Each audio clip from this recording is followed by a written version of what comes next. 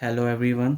तो आज हम पढ़ने वाले हैं डेरिवेटिव बेसिकली कि अगर हमें कोई फंक्शन दिया हुआ है एफ एक्स, अगर हमें एफ एक्स कोई फंक्शन दिया हुआ है तो इसका बेसिकली nth डेरिवेटिव क्या होगा। nth डेरिवेटिव क्या होगा आज हम ये पढ़ने वाले हैं, ठीक है। तो फॉर एग्जांपल मान लिया कि हमें y is equal to 1/x दिया हुआ है, ठीक है, और हमसे कह रहे हैं कि इसका nth डेरिवेटिव निकालना है, ठीक है। तो इसका मैंने एक बार क्या किया, डिफ्रेंसिएशन कर दिया। तो डिफ्रेंसिएशन करेंगे तो d y by d x is equals to, तो इसे 1/x को एक्स की पावर -1 भी लिख सकता है। तो एक्स की पावर -1 बाई डी एक्स, ये अब -1 क्या करेगा, वो मल्टीप्लाई में आ जाएगा। -1 इंटू एक्स की पावर -2, यानी 1/x का अगर हम डेरिवेटिव करते हैं तो वो क्या आएगा, -x-2। ना इसका हम सेकेंड डेरिवेटिव लेते हैं।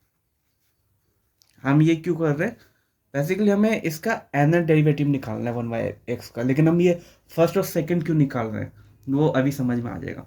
तो अगर मैं इसका सेकंड डेरिवेटिव निकालता हूँ तो वो क्या आएगा, -1।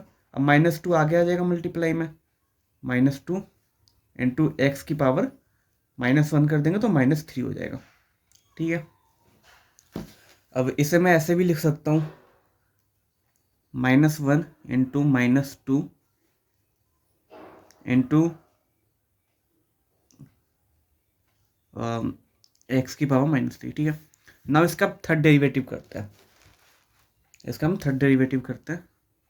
तो d3/dx3, तो ये -1 इंटू -2, नाउ -3 मल्टीप्लाई में आ जाएगा, -3 एक्स की पावर, नाउ -3 में हम -1 एक और करेंगे because we are doing the derivative, तो ये -4 हो जाएगा, ठीक है।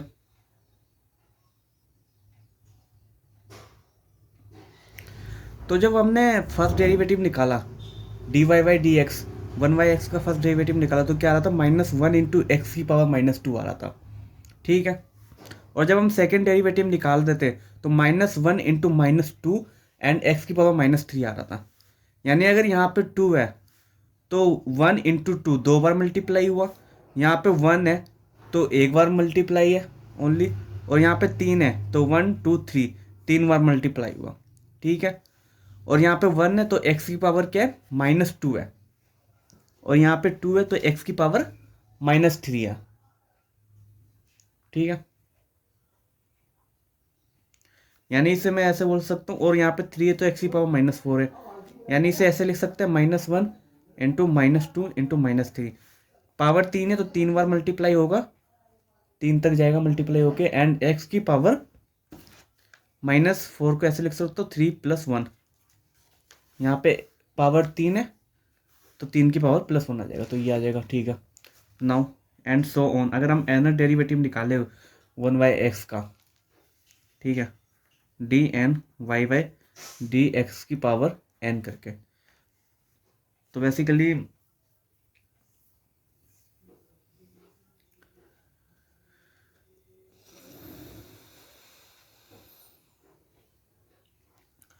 सो 1 मिनट अगर हम यहाँ पे देखें तो ये -1 -2 इंटू -3 था, तो इसे -1 यहाँ से अगर मैं निकाल दूँ, -1 टोटल कितनी बार मल्टीप्लाई हो रहा है, 3 बार मल्टीप्लाई हो रहा है, ठीक है। तो इंटू 1 इंटू 2 इंटू 3 ऐसे लिख सकते हैं, और एक्स की पावर -4, 4 को हम 3 + 1 लिख सकते हैं, ठीक है। नाउ अब nth डेरिवेटिव निकालेंगे तो -1 यहाँ से सिमिलर अगर हम सेम करते तो यहाँ पे कितना आता, 3।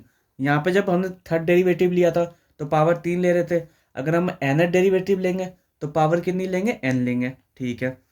तो 1 इंटू 2 इंटू 3, अब यहाँ पे हमने थर्ड डेरिवेटिव लिया था तो ये 1 से शुरू हुआ था और 3 पे जाके ख़त्म हुआ था, और यहाँ पे हम nth डेरिवेटिव ले रहे हैं तो ये 1 से शुरू होगा और ऐसे ही चलता जाएगा, 1 into 2 2 into 3 3 into 4 nth term तक चलता जाएगा, nth टर्म तक चलता जाएगा, ठीक है। नाउ यहाँ पे क्या आता है, एक्स की पावर -3 + 1 आ रहा था, ठीक है।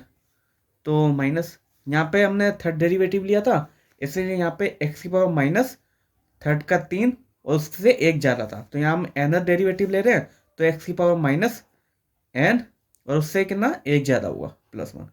तो बेसिकली हमने क्या किया, हमने 1/x का फर्स्ट डेरिवेटिव निकाला। क्या क्या हमने 1/x का हमने फर्स्ट डेरिवेटिव निकाला, तो -1 इंटू एक्स की पावर -2 मिल गया। और सेकंड डेरिवेटिव निकाला, उसके बाद हमने थर्ड डेरिवेटिव निकाला। तो हम बेसिकली क्या कर रहे हैं, एक पैटर्न को फाइंड आउट करने की कोशिश कर रहे हैं, और उस पैटर्न की मदद से हम nth टर्म वो डेरिवेटिव निकाल रहे हैं फंक्शन का। हमें पता चल गया कि कुछ इस तरह से क्या होगा, अगर हमने फर्स्ट का निकाल लिया, सेकंड का निकाल लिया, थर्ड का डेरिवेटिव निकाल लिया, तो फोर्थ भी सेम ऐसे ही पैटर्न बनाएगा जैसे फर्स्ट और सेकंड और थर्ड बना रहे हैं। ठीक है, और ऐसे ही फिर करते करते जब हम nth तक टर्म तक जाएंगे ना, तो nth टर्म भी ऐसे ही एक पैटर्न बना रहा होगा, और उस पैटर्न को समझ के हमने उसकी nth डेरिवेटिव लिख दिया, फंक्शन का nth डेरिवेटिव लिख दिया। ओके, अब आगे करते हैं।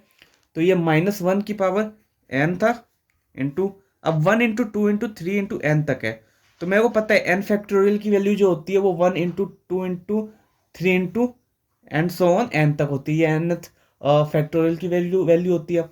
तो इसकी जगह 1 इंटू 2 इंटू 3 इंटू एन की जगह क्या लिख सकता हूँ मैं, फैक्टोरियल एन लिख सकता हूँ। ठीक है, तो ये फैक्टोरियल एन हो जाएगा। ओके, इंटू एक्स की पावर -n+1। ये बेसिकली क्या है, ये nth डेरिवेटिव है ऑफ 1/x। तो ये 1/x का nth डेरिवेटिव आ गया। Okay, now so nth derivative, ठीक है, इसको n, इसे हम ऐसे लिख सकते हैं -1 की power n into factorial n। अब ये माइनस है तो नीचे चला जाएगा, नीचे जाके प्लस हो जाएगा, x प्लस n+1, एक्स की पावर n+1। तो ये हमारा आंसर आ जाएगा। ठीक है, अब बेसिकली हमने यहाँ पे nth डेरिवेटिव क्यों निकाला, क्योंकि nth डेरिवेटिव निकालना इसलिए निकाला ताकि अगर हम किसी भी टर्म का डेरिवेटिव निकालने की कोशिश करें, टर्म 12 हो गया, टर्म 13 हो गया, या टर्म 14 हो गया, ऐसे कोई भी टर्म XYZ टर्म का हम डेरिवेटिव निकालें, ठीक है, तो अगर हमें nth डेरिवेटिव पता है तो उस XYZ टर्म को हम क्या करेंगे, n की जगह प्लेस कर देंगे, और तो क्या होगा, उसका कोरस्पोंडिंग हमें डिफ्रेंसिएशन डेरिवेटिव मिल जाएगा। जैसे कि अगर मैं बात करूं, मेरे को टर्म 10 का डेरिवेटिव चाहिए, या फिर 10th ऑर्डर डेरिवेटिव चाहिए इसका, तो डी एन की जगह 10 पुट किया, टी एक्स की पावर 10 इंटू -1 की पावर 10 इंटू फैक्टोरियल 10 एक्स 10+1।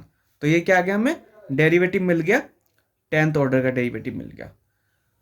अब हम क्या करते, हम फिर से वही पैटर्न को फाइंड आउट करते, फर्स्ट टर्म का डिफरेंशिएशन क्या है, सेकंड का क्या है, थर्ड का क्या है, फोर्थ का क्या है। अगर हमें nth डेरिवेटिव नहीं पता होता, then it will going to be take the long time.